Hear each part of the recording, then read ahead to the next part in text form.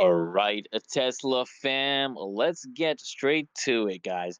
So today, I'm going to show you how to activate valet mode on your Tesla, guys.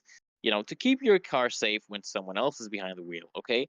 So, step number one, guys, you want to access the controls, okay? Access the controls. Start by sitting in your Tesla and tapping on the controls icon on your touchscreen. This is where you can manage all your vehicle settings, guys, okay?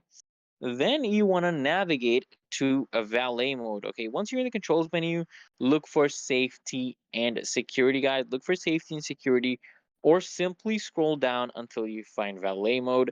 Tap on it to open up the valet mode settings, guys. Okay, then guys, you want to do is enable the valet mode. Okay, to just tap on the enable valet mode option, and you may need to enter your Tesla pin if you have one set up. This ensures that only you can activate or deactivate valet mode, okay? Then guys, you want to adjust your settings. Okay, when you activate valet mode, your Tesla will limit certain features to ensure safety and privacy. This includes, restricting access to your trunk and glove box, limiting the speed, and disabling the ability to view your personal information, guys. So, once you've activated valet mode, you'll see a confirmation message on the screen.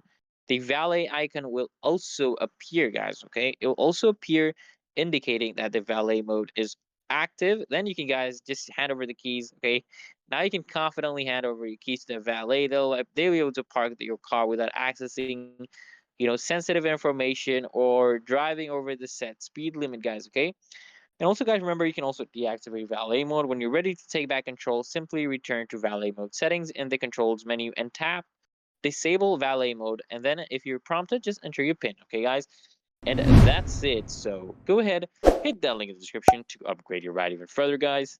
See you in the